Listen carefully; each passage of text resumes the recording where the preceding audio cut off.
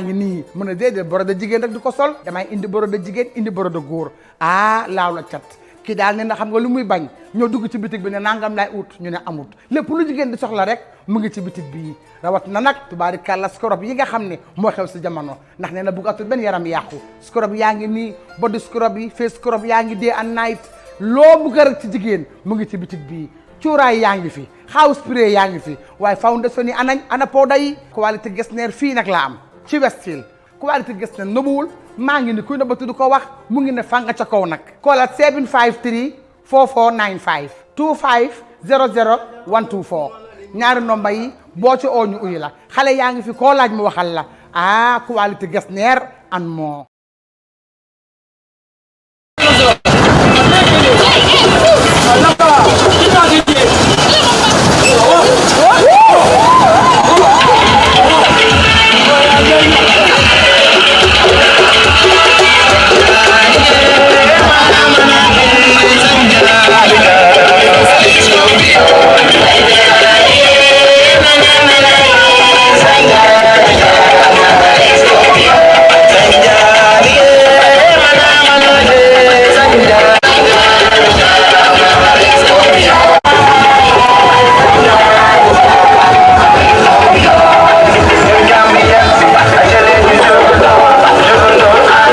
Good evening, Gambia.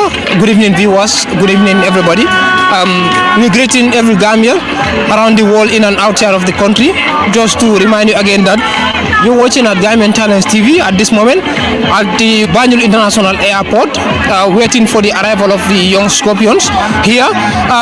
As you can see, there are different fans from different parts of the country, together with the fans club of the our national Scorpions, to bring you the live coverage of whatever is going to happen at this Banjul International Airport at this moment, to show it to you. And as the nation comes out to welcome our young Scorpions for some of the efforts they've put in. As you all know, since the beginning of this Under-20 African Cup of Nations in Egypt, they've put a lot of efforts to make sure that they bring the trophy in the country. They've won almost most of their games except the final that took place between them, that is the Gambia and Senegal. But unfortunately, Gambia ended up losing that final. But would we say that they didn't put much effort?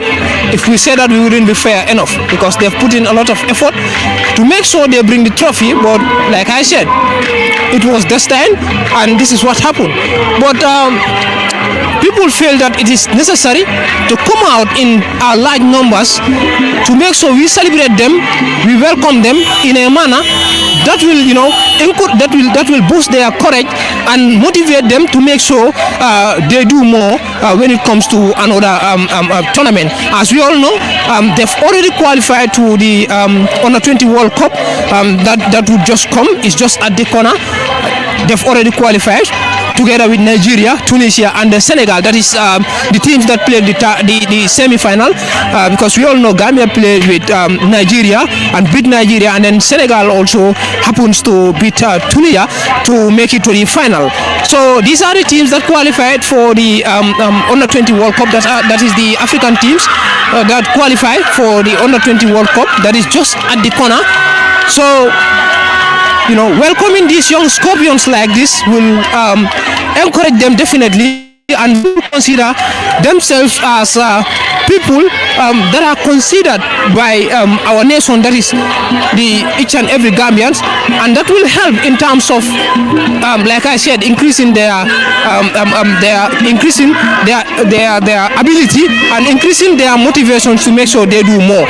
And like Gambians have been criticized a lot, especially the recent African Cup of Nations that has just passed, that the Scorpions play, that is the elder ones, that is the young Scorpion, the Scorpions at the Cameroon that was just concluded, that is the African Cup of Nations.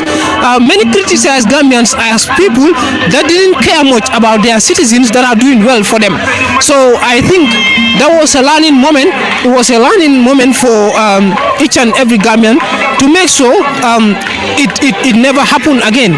From the Gambia Football Federation, that is GFF, to each and every citizen of this country to make sure that Gambians, whenever they went for, it is not only about football, it is not only about basketball, it is not only about what we think, but it's about celebrating each and every Gambian that put in a lot of effort to make sure they do something for our country, that is the Gambia.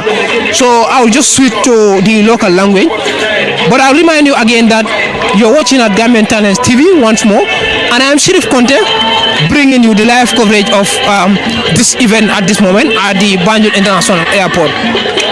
Memol hakilo bulan la dronko be angale kan le fokal num barin sa fo man nga kan fanana man nga kam moylal fanan salo membe keri be alo ne na on the 20 yol wala dindi wal timini alon ko wala tan football wala ate Egypt itara on the 20 African Cup of Nations play mi alon ko football na akita on the 20 le tema Africa Bangol akita Egypt le Cairo Gambia duna de ke bankuti mi alon ko ya kata bake katungo ila majisol ya bele win fatu da kilina menke da final oti ma wala win wasabo kamala inata da final tumala mina semi final o Nigeria win ida final o nying anata play Italy Senegal tema kadu Senegal fana Tunisia la win bari Senegal nata Gambia win ye win wala mi alonko asembo warata bari comme quand même faudron hani kabi Gambia no le aitan le ko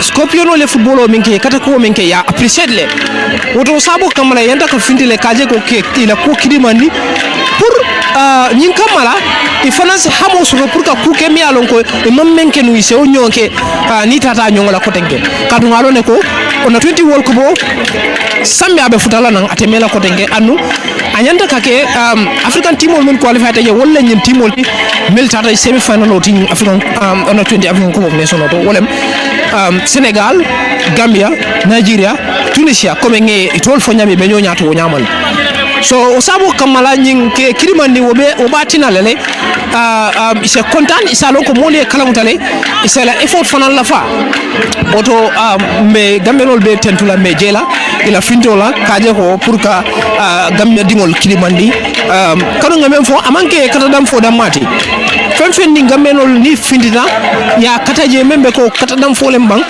basketball lembang wala fo men siata oti fen ni mi alon ko findina hada banko le toyala nyanta ke celebrate le and nyanta ke motivate le pour la kata ko la fa mbokay ñu leena sante di len gërem di len wax ne rek ne Gambian Talents TV ngeen nekk di seetaan at this moment and ñu ngi ni ci Banjul International Airport fu mu ne ni di xaar young Scorpions yi ñi nga xamantene ci jamono ji ni ñoo nekk di ñëw ñu ngi ci yoon bi di ñëw and ñu ngi try trop si African Cup of Nations bi nga xamantene moo xewoon rek si foofu si Egypte gaay dem si final bi waaye nag Sénégal mujjee jël coupe bi seen loxo waaye li ñu doon wax rek mooy comme gaay try nañ trop léegi nag dafa mel ni comme gaay try nañ liñ war a génne ñu celebrate gaay celebrate boobu noonu rek responsibility ñëpp la pour ñu encourage leen because xam nañ ne African Cup of Under 20 World Cup bi mu ngi nii si kona bi léegi tey mu ñëw te ñoom qualify nem together with Sénégal Nigeria and Sénégal Nigeria ak Tunisia fu mu ne nii kon ñu ngi sant bépp Gambian di leen gërëm di leen wax ne rek ne Gambian Talents TV ngeen nekk di seetaan jamono ji nii si Banjul International Airport léegi nag comme ni ko gars yi waxee rek time bi mu ngi nii 6 o'clock 13 after 6 lañ am fu mu ne nii te léegi tey gars yi ñëw lu ñu wax rek mooy 7 o'clock la gars yi war a arrive fii waaye léegi tey gars yi ñëw kon fu mu ne nii 13 minutes moo dem ñu ngi xaar few more minutes pour gars yi ñëw ñu ngi na wax ne rek Gambian Talents TV ngeen nekk di seetaan good afternoon once again viewers and this is the situation of the Banjul International Airport at this moment and you're watching at Gambian Talents TV. Like I said before, Gambians need to celebrate their heroes, Gambians need to celebrate their future legends and you know, Gambians has been criticized, or Gambians are criticizing themselves a lot in terms of celebrating our young legends, in terms of celebrating people who are doing great for us. And I think this is a learning moment for us to make sure things that happened didn't happen again. And definitely people are coming, and we have seen the crowd coming from different area. And just to remind you again, there are different fan clubs here, together with the main fan of the Scorpions. They are also present at this moment at the Banjul International Airport.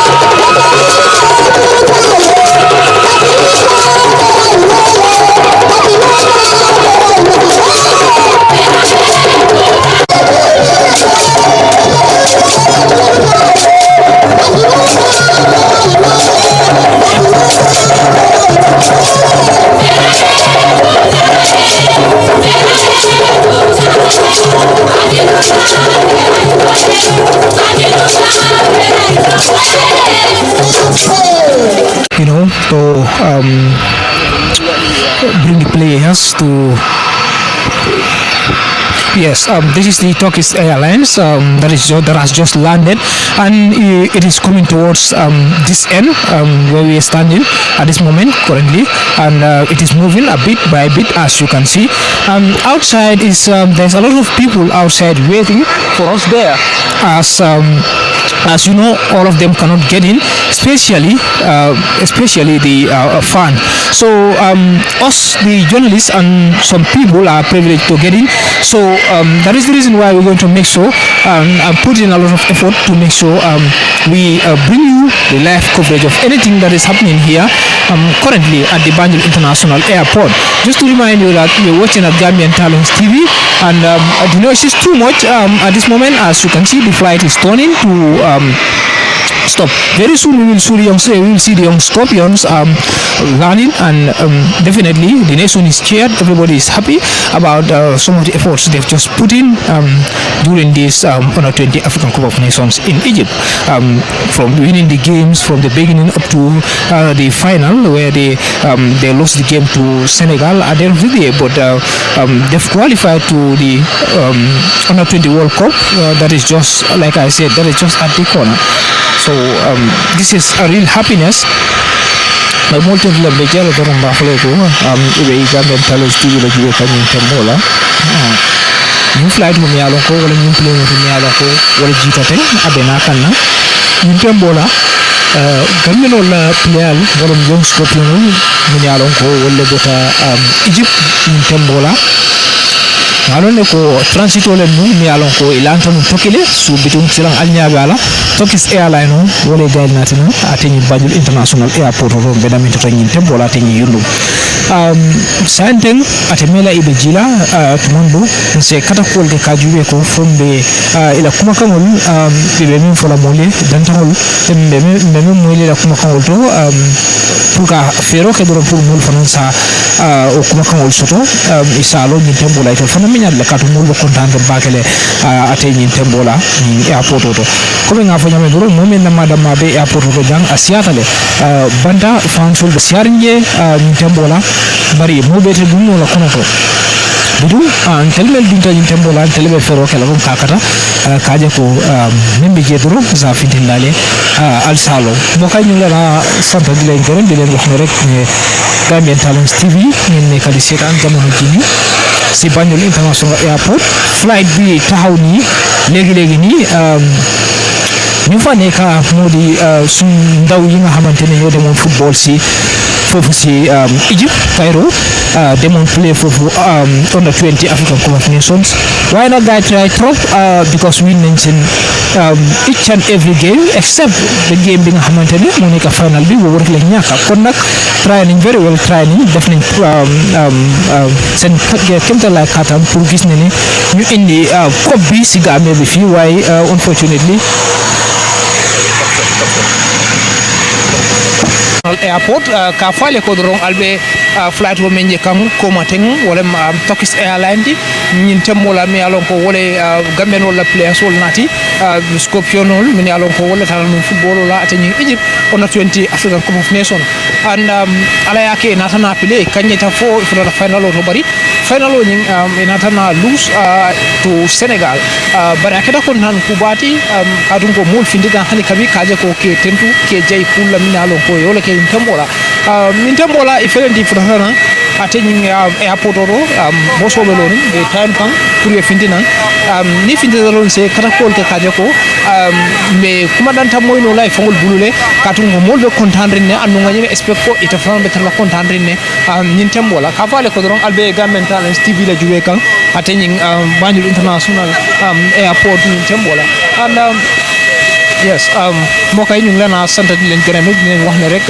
fu mu ne nii young Scorpions si ñoo nekk di ñëw jamono jii nii gars yi ñu ngi nii ñu ngi wàcca definitely gars yi try nañ put nañ a lot of effort pour make sure ñu indi coupe bi si biir rek ba fii waaye gis nañ ne loolu mujjewut a possible waaye effort bi ñu def jar na pour ñu presse gaay pour ñu sant gaay gërëm leen pour gis na ne beneen coupe bi nga xamante ne mooy ñëw kooku di Sidi Ndiaye mu ngi nele moom tamit wàcca na dafa mel ni dafa ñëwaat gaay whether ñoom ñoo àndaale from the same place. It seems like they've met at the Turkish airport to come to the Gambia together in the same flight, but I believe the missions are not the same.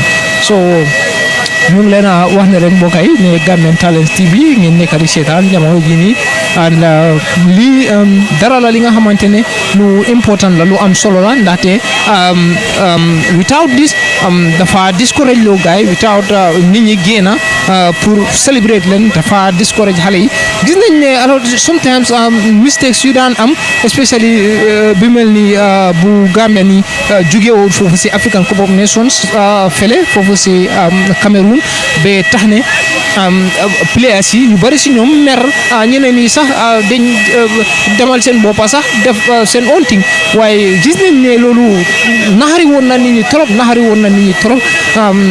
moo tax nag I believe moo tax nit ñi génn jamono jii nii this time around pour make sure ñu celebrate these young Scorpions because seen future bi dafa bright fu mu ne nii seen future bi dafa bright right after this ñu ngi dem si Under 20 World Cup together with Senegal, Nigeria, and also Tunisia. These are the four teams that qualified for. These are the four African teams that qualified for the Under 20 World Cup. That is just at the corner, and definitely we applaud them. And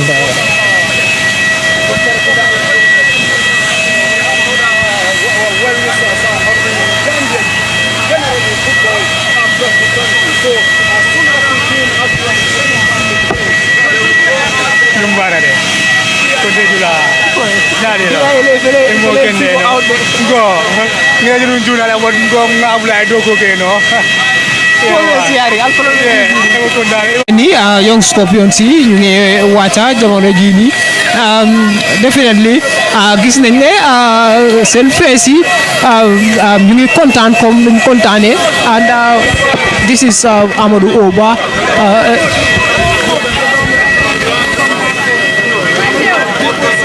yes. Appreciate the team's performance. And this is the arrival of the young Scorpions at this moment.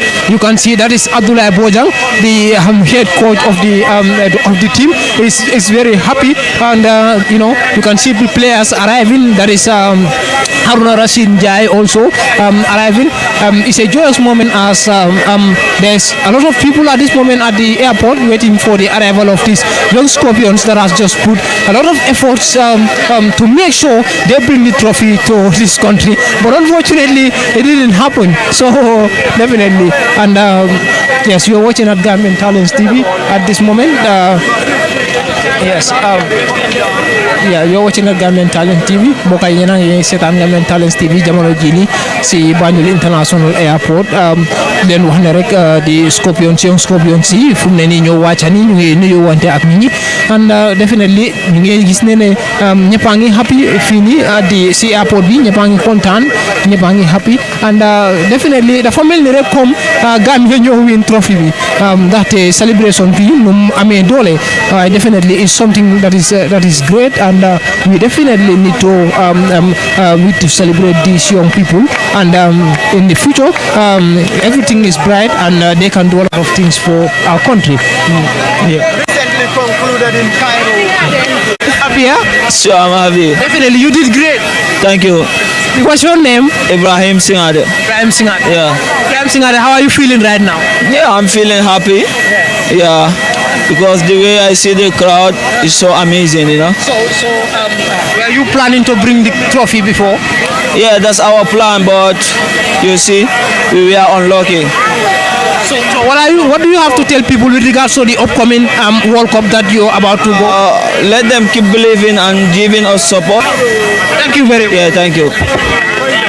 Thank you very much. Hey, Mr. Sen. Sorry, Sen, guy. Alhamdulillah, we feel fine, man. Yeah, alhamdulillah, man. Thank you so much. Thank you so much. Second place, not a bad thing, but I'm happy to come with second place. Yeah, we are so happy, because this is the first time Gambia qualified for the final, and then we are very, very, very happy. Yeah, thank you so much. Thank you so much. Thank you so much. That's Sen, the central defender at this moment. He get in.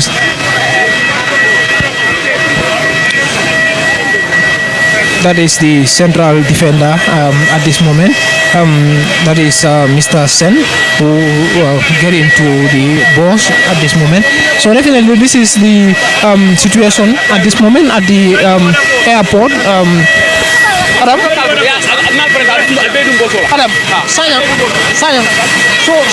and in players all maybe no can name tembola ba fola doron mole ko tembola be natale be ganne felentim be airport ogula kan be takan tembola Alhamdulillah, I'm good. Okay, so how are you feeling right now? Tired, of course, but feeling the accomplishment that every Gambian has so far. So what's your observation with regards to the welcoming and the crowd here? Yeah, it's a proud moment to be a Gambian. It's a proud moment for everyone. Myself, yourself, and everyone, even those watching, they could have wished to be here. Maybe perhaps it's because of their busy schedule, unavoidable circumstances. But this is a moment that perhaps every Gambian would be proud to even be here and celebrate this team.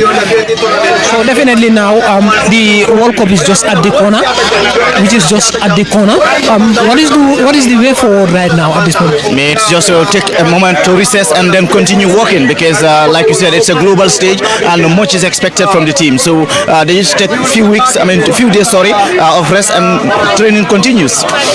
There's not much rest. No, not actually. There's no time. Just next month. Definitely. Thank you very much. Thank you. The pleasure. Wow, me cool, man. No, don't go sa, don't go fuck. Naka name bi nak pour ñu nekk di seetaan time. Mohamed Sawna la tuda man, diga tali ning faro kono. Right. Me cool, man. So right now naka nga ni kay di feel? Wa bi ma na content rek na content. Wa di bigé fans di bigé ñep man. Bi mo alhamdulillah rabbil alamin ñew nañ ak jamm. Wa may lolu da. Thank you very much. Thank you. Yeah, definitely. And from the nii ñëpp a ngi happy jamono ji nii Haruna how's it? You okay? Yes man. From the nii ñëpp a ngi kontaan si airport bi players yi they also smiling and dafa mel ni rek comme trophy bi leen jël waaye foog naa ne it would have been very very important for us to take this trophy but unfortunately that didn't happen. So anyway, Adama how's it? Makulin. Ibe kulen ko di. Ibe mu ne feel ka. Right now kontaan wo rek kay mol si wo ta dama min. Ariya ya welcome mo nya be ya dara mo. Silang wol ko bo min kana dum mu ne fen ko di expectation. No wol ko right now expectation wo kan right now the fenya ma fulano. Right preparation will be na start la nyaro dama nen dara. Inshallah. Ko bi je ko trophy. Hadi inshallah. Mola welcome no nyingo boye nyafale hade we mo nyafa on kontano ora la baraka ba. Yeah, but thank God we are back again. Yeah, but you can see the tournament also you did very well. My boys did very well, and then I know the Gambia also they're proud of us because this is the first time Gambia qualified for the final. Alhamdulillah, definitely we did well. Also qualified for the upcoming World Cup in Indonesia later in May. What is your reaction to that? You guys were named qualifiers to the World Cup. Yeah, definitely we are so happy. We are so happy, and then definitely I also thank my boys because they are so disciplined in the camp there. Because discipline is the number one. If you have discipline, you will go up to the level. Yeah, but definitely, alhamdulillah, we did well. Because I don't want to say much about the World Cup, because definitely we qualified for the World Cup and then we are going back to the work because we started work here. So we are going to work. We don't have time to rest. Yes. And then we are going to the World Cup. We are going to face another new faces because it's not easy. Yeah. Huh? Wow. I just say it right now because he has, as you can see, the second position is not bad. It's not bad, definitely. Definitely, it's not bad. We are so happy for that. Yeah. Thank you. Thank you. Yeah, as you can see, the overall reaction to the boys it wasn't easy for us after the end of the final. The boys, everyone was sad, so it was a hard moment for us, but we give thanks to the Almighty Allah for everything, because as you can see, He is responsible for everything. So going there and putting the flag at the high, it's our aim, and obviously we have made something for the nation. As you can see, everyone is proud of us. So it has means a lot to us, because even the welcome itself is something else. So we are so glad and happy about it.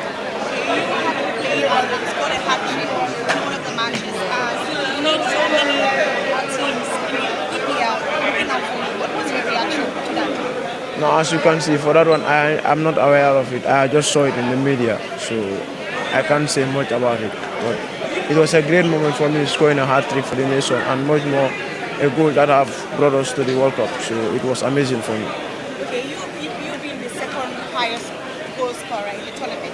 How do you think that will add to your career as a young guy? Yeah, as a young player, as you can see, it will be a great impact for me in my career.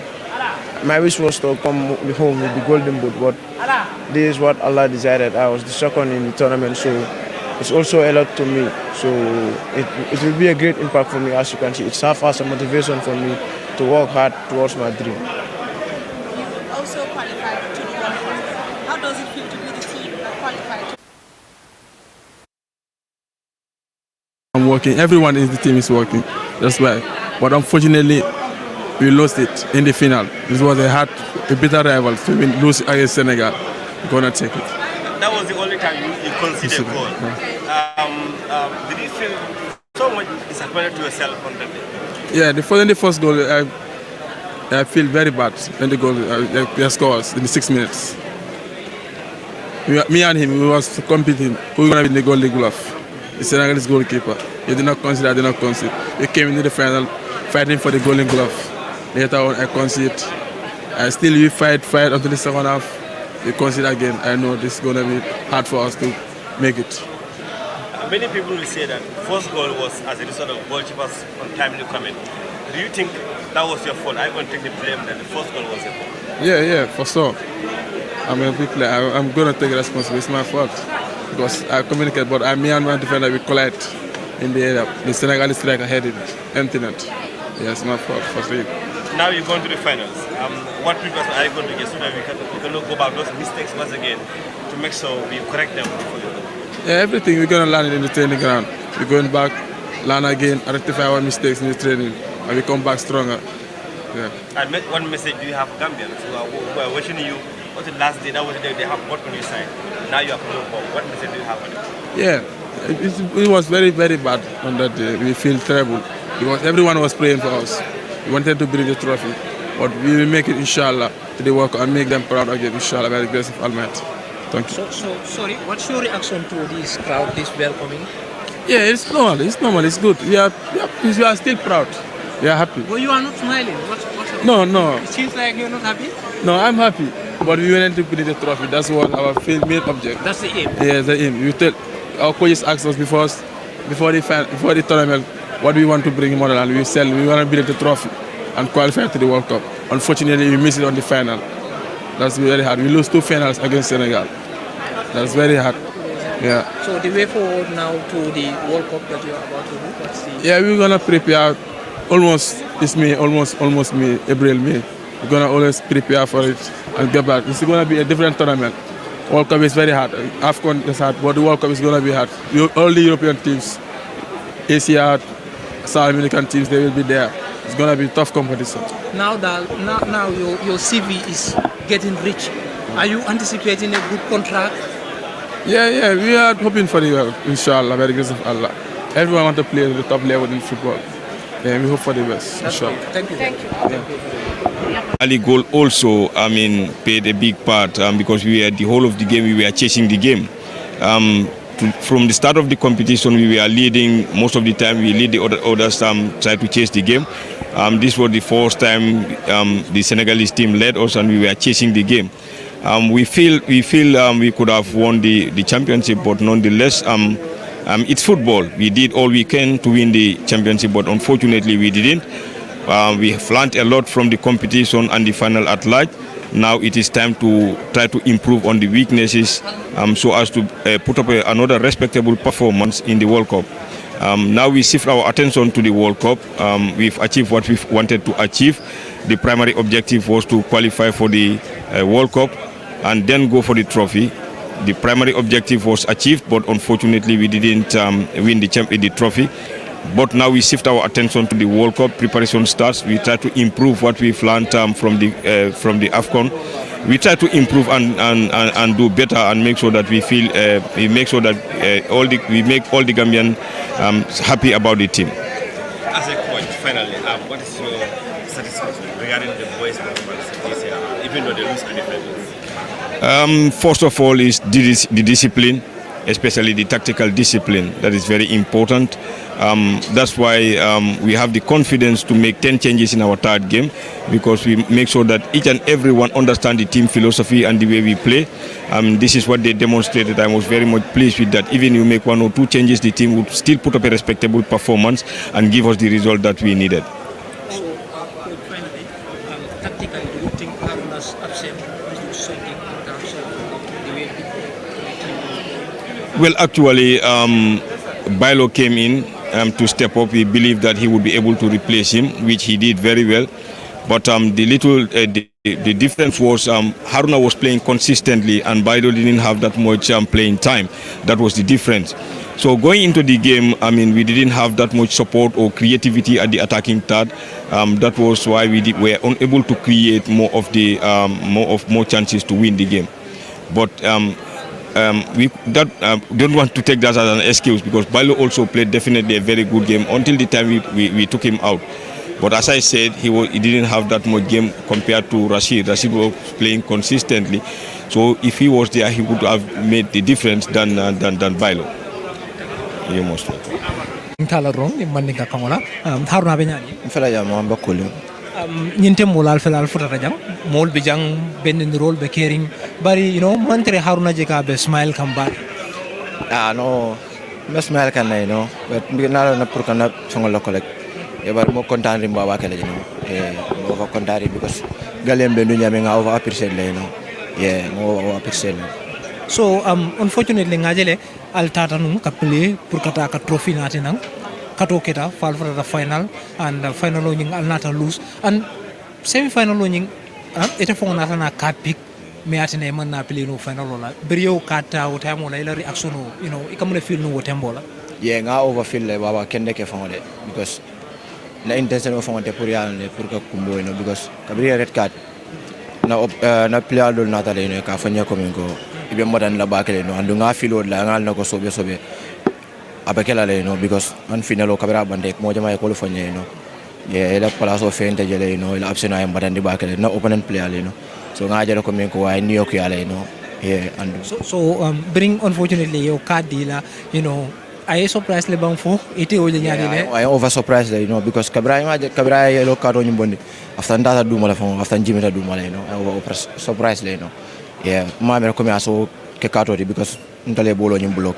So kabringa ya kato boni rek over surprise le after jimita duma so nyinte mbolal nata al fota rajang comme ngamen fodron emu message de soto pour ka di gambian on ambe gambian be konton anim badin bankula tomal mi yalon ko kata Egyptian mi yalon ko yem motay kuje ntada hotel to ika kontan na ko wala le ko discipline fa ka over appreciate baba ke jele ika kontan na ko wala yembe be konton lambe tendu lambe jele comme nga fo modol le nyamin comme ya duala fa rek dinol bi janam yalla talen be bulle ça fait me da cette train donc anen dual mero la dual anen yalla nga sadal bondinye pour ala sen so nyato tal pour na banko France kan na plage high level to.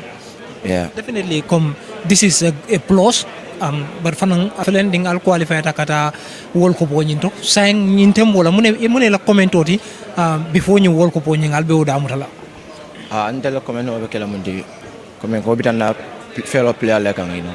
Yeah, because ngal na World Cup wata easy la team milaje right now thing intel team na bota jang mun bi yalla bitaje bet ba team country team join so ata easy la aje mota easy la so benn player sol momo team ko no bebe dan momo ya lon ko right now fodata gambe jang time o tije pour kasi ngata no nga hard working ke nga train nga preparation wani high yeah so nyentem wala natre haruna ko sola tala pour ay na play squad wala foi be sonna le ke ko ngudum wo challenge ko to because ngajele how solid even solid rinyame o midfield six auto yeah avec dala avec la ñokon dan la quality nak yeah because mo play kan gambeli ko ya ile kala fila pour yal ne play national side e play squad yeah category be play bari la m ka ke mun pour ka play senior level yeah so avec la ñokon dan ko balti pour yal nga taro la so korila main ka contract ko ma kaje ko big teams like Tottenham Chelsea ngol wasifal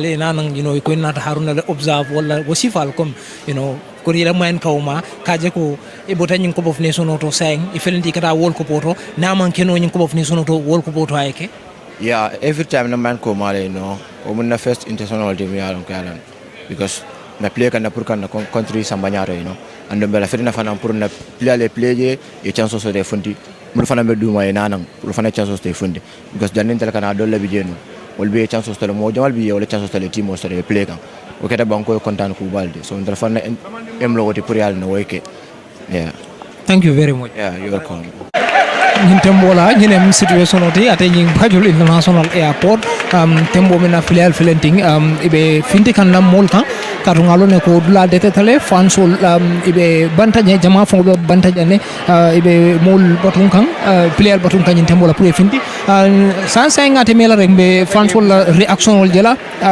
celebration o membe kala kontan ko membe kering ñin tembola kono to jambe fare ne tep mol be loring kumpo be kering mol be batundirola kontano be kering bar ñing kay tan la donc Gambian lafta sports lale andon Gambian lafta mol lale men yalon ko falang ke niyo la pour banko ila ando ke niyo la pour banko la tanya to la ni wonte no molte fintla jang kom teng andon fanan ngamra kono Gambian le lesino karanne scorpion la men yalon ko wolle tata no atenyin Cameroon ko men hapunta je fo player Jamal bi je e niyo man na sewo akola bari nyindo dum aketa sewo ku batle ka to mol fintita mol fana bela firin kela e fon rectify kaje ko capital kontandi mili ni wala pour banko e ñen tembola mo kay ñu ngi ni fum ne ni ci bi airport bi ci biti mu ngi bari nit ñepa ngi taw comme ngeen ko xamé rek fuñ nekkon ci biir nekkul ne ñep ñoo fa am chance pour aga fofu nonu waye ñun ñoo fa agon motax ñu leena won lu fa nekkon di happen waye jamono ji ni ñu ngi ni ci biti fi nga xamantene fofu la nit ñi gëna bari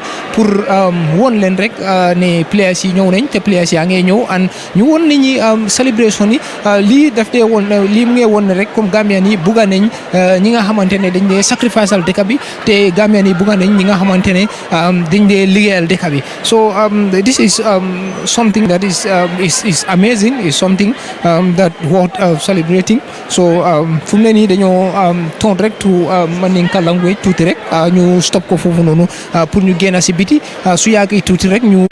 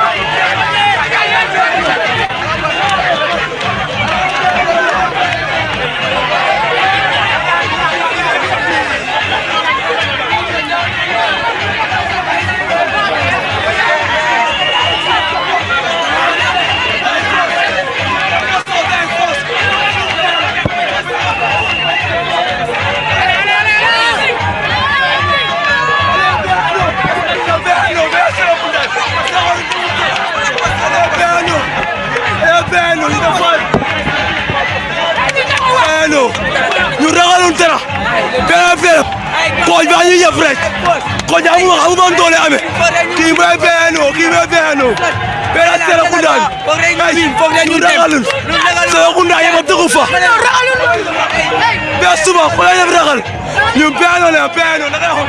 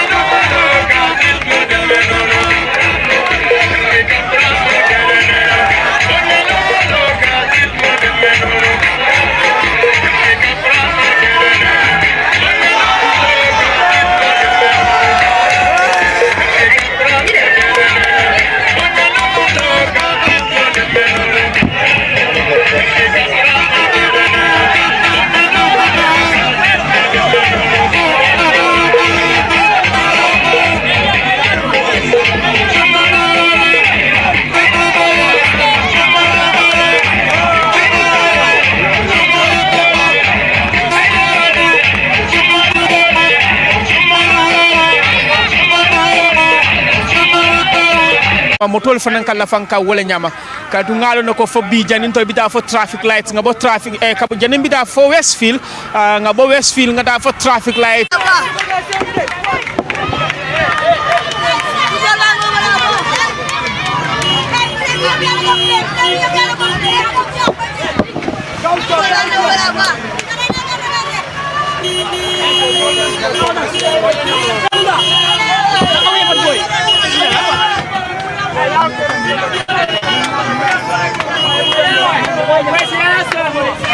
Bayado tala jangu loko jira man ko jira jangu gambe ngi fu je ko ci tan kanam gambe ci montre bet gambe ko bes ci montre timbo kana timbo ko stop moy Gambia fu tane timbo ngi dor ay tuna bala bayal wo yanto mo je xana mo je mala simbay ko ju wo wa tre jambal la tan kanam ngo bayal ngi tan kanam boy tala jambal la dama wa tre ko jambal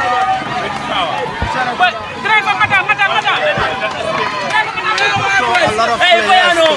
Hey, Bayano! Hey, yeah, man! Hotel B, hey! Free hotel B! Hey, guys, you can hotel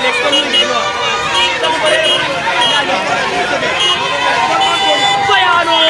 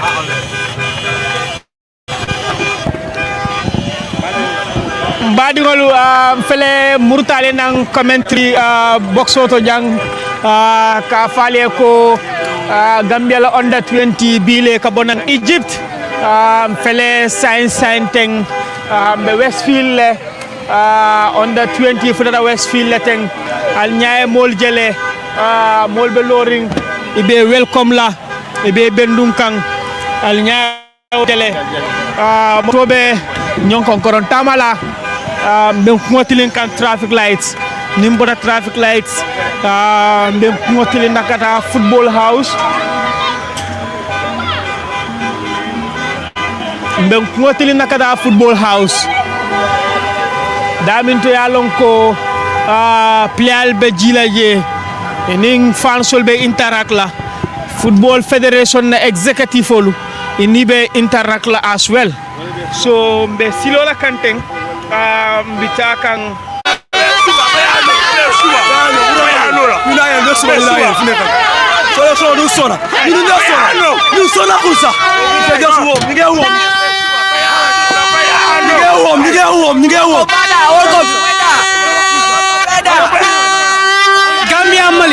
Gambia Mali bu timbe dem rek du ba mala wonu garaw Gambia Mali arba timbe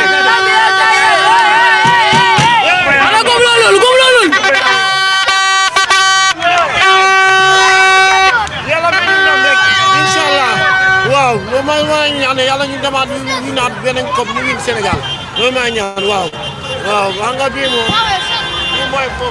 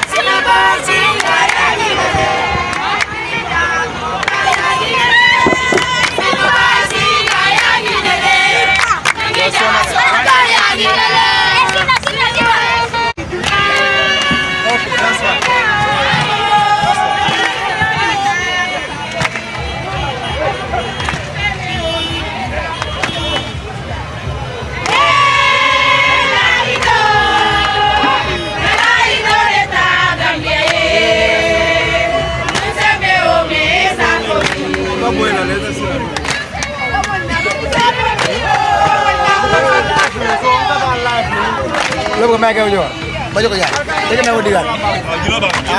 Assistant Secretary General.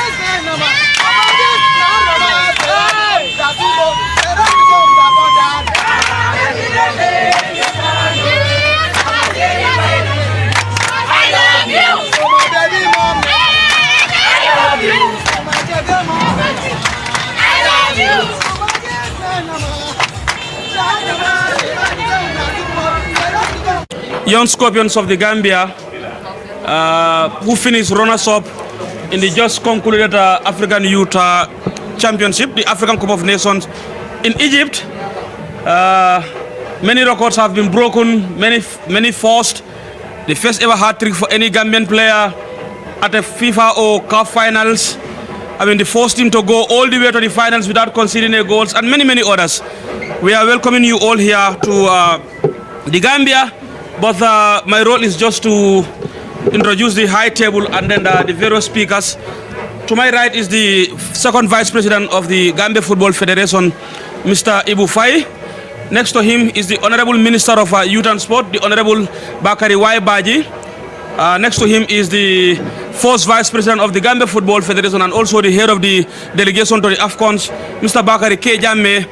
And then you have next to him Marcel Mendy, the Executive Director of the National Sports Council. And next to Marcel is Abdullah Bojang, the head coach of the Under-20.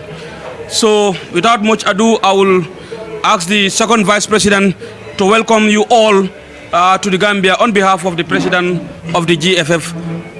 Welcome everybody. We want to welcome the head coach, Abdullah Bojang, and your technical staff, the administrative staff, headed by Mr. Pasware Fai, and the players. We welcome you all back home. You have made us proud. We are very proud of you. You have set records, and our football is moving. We now close this chapter. From today and tomorrow we start another chapter, which is the World Cup. And we are confident that you will do much better at that world stage. We will give you all the support you need, both the Gambia Football Federation and the government. We are here for you, anytime, anywhere. Thank you very much. Thank you, Second VP. The next speaker is the head of delegation and first vice president of the Gambia Football Federation, Bakari K. Jammeh.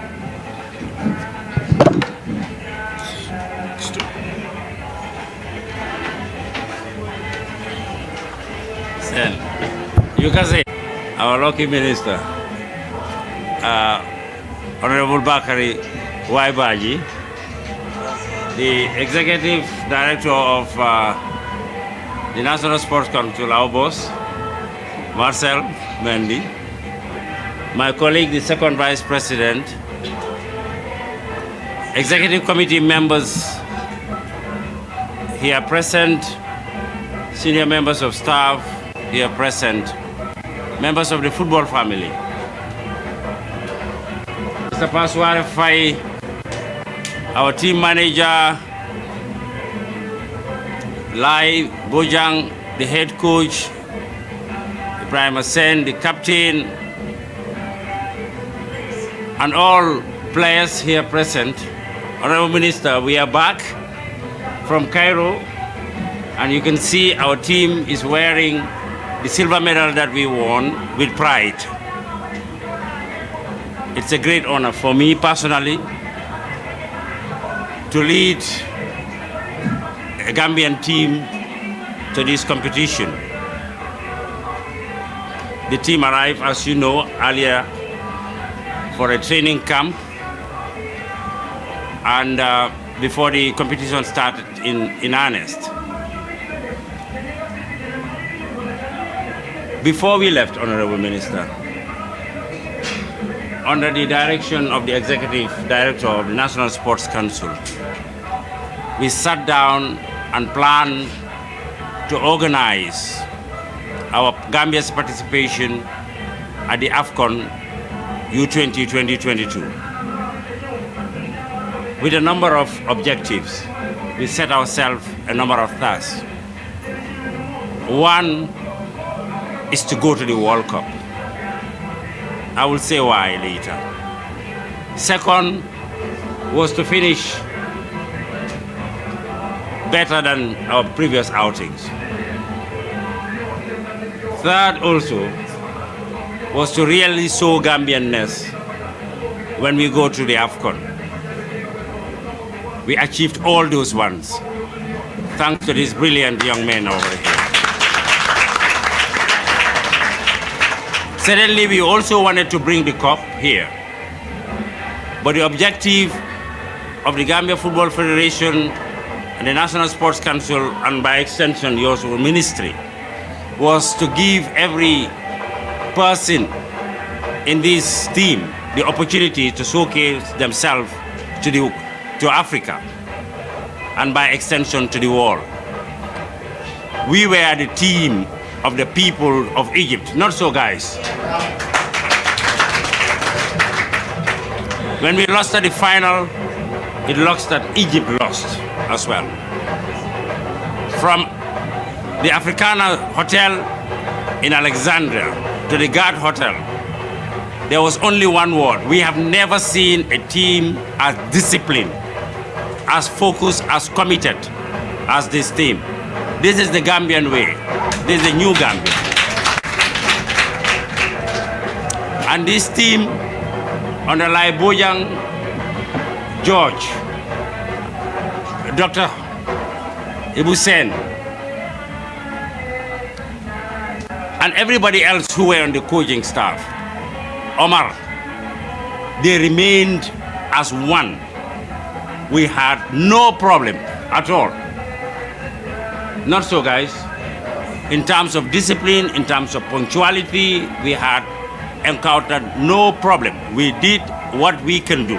Unfortunately, we wanted to bring you the cup, but we couldn't bring you the cup. It happened at the night. Maybe I will talk about that. But that day, for the people of the Gambia to know, was that this team wanted to bring the cup actually home, but it didn't happen. But like as my colleague said, now our focus is, I have never, not for once, that anyone in the delegation come to me with a problem. It was all handled, if there was any, I hardly did any, at the level of the head coach and the team manager. And I think the future of football, the future of the youths of our country is bright today than before. On that note, Honorable Minister, we've been on this journey for more than 24 hours now. We would like to thank you immensely. And by extension, His Excellency, the President of the Republic, President Adama Barrow, for first creating the conducive environment for everybody to do what you're supposed to do. And again, I think it is no secret that for the first time, under your leadership, the ministry have also contributed to the financing of this trip, with a promise that you're going to do even more. No, I'm putting that there. Very welcome. We thank you for that. Thank you very much. Playing football. I'm very much pleased with the welcoming. I'm knowing that Gambia means a lot to the Gambians. I mean, we are thankful to the government and the Gambia Football Federation with the entire Gambian population at large. This is the under-20 national team. First of all, we focus on the development, which is key when it comes to grassroots and youth football. And going into this competition, we had a target, that is to qualify to the World Cup, which we achieved. After achieving that, knowing that we could clinch the title, we fought tooth and nail to make sure that we at least present something to the Gambian people. But unfortunately, we were unable to win the trophy. But there are a lot of positives in this team. I mean, coming from the WAFU Championship, going into the AFCON. At sub-regional level, we took a silver medal. At the continental level also, we were able to take a silver medal as well. Going into the tournament, going up to the final without conceding, scoring 10 goals. Every game that we played, we won the man of the match. We want to, we have an objective that we want to move the Gambian football to another level. And definitely we've achieved that. The only unfortunate thing is for us not to present the trophy to the Gambian people. We are very thankful to the minister, the government, the Gambia Football Federation, and the whole Gambia at large. We still need your support. As the second vice president said, we now shift our attention to the World Cup. We want to do even better than the one we did at the AFCON quality. I thank you all. Thank you very much. To extend our warm greetings to the Executive Director of the Sport Council, the first Vice President, Mr. Jame, and the second Vice President, Mr. Fai, and to the coach, Mr. Lai Bojang, the team manager, Mr. Fai, and goalkeeper trainer, Judge Lover, and everyone else, Mr. Kamara Baukar, Mr. Kemo of the Football Federation, and to the captain of the team, Mr. San, and by extension, all of you that are part of the team and everyone else that is here. I know everybody's tired, so I'm going to definitely make this one extremely brief. The most important thing is to extend the appreciation and thanks of the President and the entire executive, and by extension, the entire Gambian population to you, the Under 20 team, and your coach, and the technical team that did us all proud in the past close to 2 weeks in Alexandria and in Cairo. The task was a difficult one. We know when we met at the FIFA Gold Project and we handed over the flag, what we said is we want you people to bring the trophy. And yes, there were promises that you're going to do your best to bring the trophy. But of course, that was a challenge. But it doesn't mean that it has to happen. The wish of every Gambian, the wish of you, the players, was to have brought the trophy. But even reaching the final and coming home with a silver medal itself is a huge achievement. And we must congratulate you and thank you for that. Like everyone else said, we've done our Under 20 in the WAFU at the continental level. But the highest we have gone is a semi-finalist and then win the bronze. So there is a huge improvement moving from the bronze to the silver. And of course, we are also going against a country that has gone to the final 3 times, and that was the 4th time before they could win it. So we are hoping that Gambia will also follow the footsteps of this. The first time we've reached the the final. The next moment, we're certain that Gambia will be victorious and will bring home the trophy. Like Mr. Bojang said, that's how football is. Wish to the players alone, and that's sometimes you look at people and the comments and all that, but the one who is in the pitch playing is the one who is hungrier, the one who wants to win more than the spectator or more than any other person. Because if it happens, it's a history that is broken, and it's going to remain in the history books that is this Under 20 that brought the trophy. But we are grateful and do not underestimate what you have done. It is the highest achievement of our football to reach the final and bring silver home at all categories across. Except for the Under 17, of course, that won before. So we just want to say thank you very much, guys. Thank you very much for all the work you have done. And we hope that Gambia will remember you for the rest of time. And everybody says, the next target now is to prepare for May, as you all go to Indonesia for the World Cup. And we believe that with the talent, the determination, the focus that we've seen in the players, and the teamwork and the leadership that we've seen in the coach and the team manager and everyone else, we believe that Gambia will once again be raising its flag out there in Indonesia for the whole world to know that small as we are indeed a footballing nation now. So on a final note, I just want to apologize to you people. I made a promise when we met at the FIFA Gold Project. You guys remember? I said if you reach the final, I was going to come. And somebody said no, the semi-final, and I said no, the final.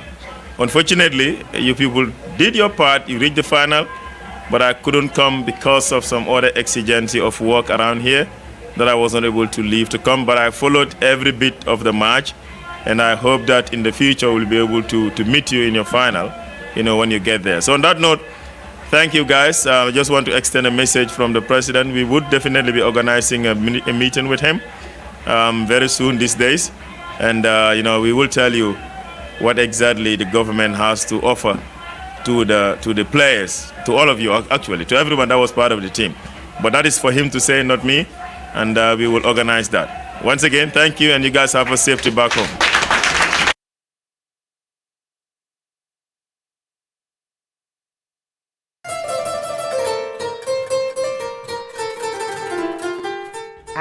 dama ne junjug rek na gar mi day waaj waa fan la fii la ci qualité Getzner and moo bi lan la seetal Getzner yaa ngi nii borode yaa ngi nii mu ne déedéet borode jigéen rek du ko sol damay indi borode jigéen indi borode góor laaw la cat kii daal ne na xam nga lu muy bañ ñoo dugg ci bitig bi ne nangam lay ut ñu ne amut lépp lu jigéen di soxla rek mu ngi ci bitig bii rawat na nag tubaarikàlla scrub yi nga xam ne moo xew si jamono ndax nee na buggatul benn yaram yàqu scrub yaa ngi nii body scrub yi face scrub yaa ngi day and night loo bugg rek ci jigéen mu ngi ci bitig bii cuuraay yaa ngi fi house spray yaa ngi fi waaye foundation yi ana powder yi qualité Getzner fii nag la am ci Westfield qualité Getzner nëbuwul maa ngi ni kuy nëbbatu du ko wax mu ngi ne fanga ca kaw nag koolaat 753 4495 25 00 124 ñaari nomba yi boo ci oo ñu uyu la xale yaa ngi fi koo laaj mu waxal la